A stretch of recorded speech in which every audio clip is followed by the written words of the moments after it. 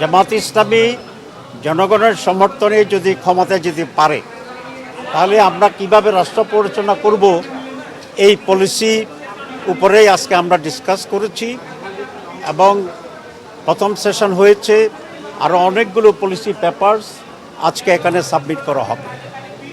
আমাদের পলিসির ভিতরে যে স্যালাইন ফিচার্স সেগুলো হচ্ছে আমরা গুড গভর্নেন্সের উপরে কিভাবে এটাকে এনশিওর করা যাবে সেটা বলেছি। কারাপশন ফ্রি বাংলাদেশ গড়া যাবে কি করে, এখানে এডুকেশন মানুষের জন্য ইন্টারন্যাশনাল স্ট্যান্ডার্ড এডুকেশন আমরা কিভাবে তৈরি করব, ওমেন রাইটস থেকে শুরু করে সকল শ্রেণীর মানুষের অধিকারকে কিভাবে আমরা এনশিওর করব, দুর্নীতিমুক্ত বাংলাদেশ কিভাবে আমরা গড়ে তুলব, ফরেন পলিসি আমাদের কি হবে, আমাদের মাইক্রো এবং ম্যাক্রো ইকোনমিক্সের মূল প্রজেক্টগুলো কি হবে। অনেকে জানতে চেয়েছে যেমন অনেকে প্রশ্ন তুলছে এবারে সংসদ নির্বাচনে নারী কোনো প্রার্থী নেই, এই বিষয়ে আসলে আপনাদের পরিকল্পনাটা কি? আসলে আমি অলরেডি বলেছি, আমরা যে কনসেনসাস কমিটি যেটা হয়েছিল এবং সেখানে সংস্কারের যে আলোচনা হয়েছে, সেখানে একটি বিষয়ে আসছিল যে নারীদেরকে ডাইরেক্ট ইলেকশনে দেওয়ার বিষয়টি আছে এবং সেখানে 5% থেকে 15% পর্যন্ত নারী থাকবে, এরকম একটা সিদ্ধান্ত সেখানে আছে।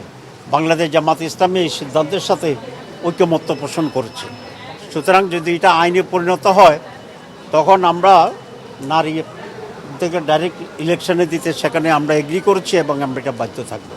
এইবার আমরা ডাইরেক্টলি নারী ক্যান্ডিডেট না দিলেও আমাদের জোটের পক্ষ থেকে নারী ক্যান্ডিডেট আছে।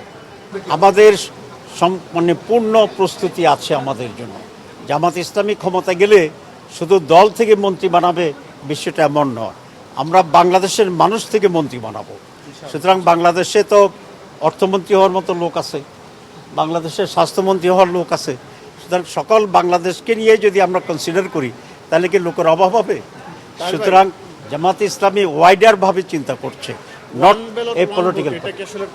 আমরা আশা করি সুস্থ হবে, তবে কিছুটা ব্যত্যয়তা আমরা লক্ষ্য করছি, সেগুলো রিপেয়ার করার জন্যে আমরা চেষ্টা করছি। আমরা অলরেডি চিফ অ্যাডভাইজার ইলেকশন কমিশনের সাথে যোগাযোগ করছি, কারণ যদি এবার সুস্থ ইলেকশন না হয়, তাহলে বাংলাদেশ শুধু অতীতের অন্ধকারেই যাবে না, আবার গাঢ় অন্ধকারের দিকে চলে যাবে। এখন পর্যন্ত কি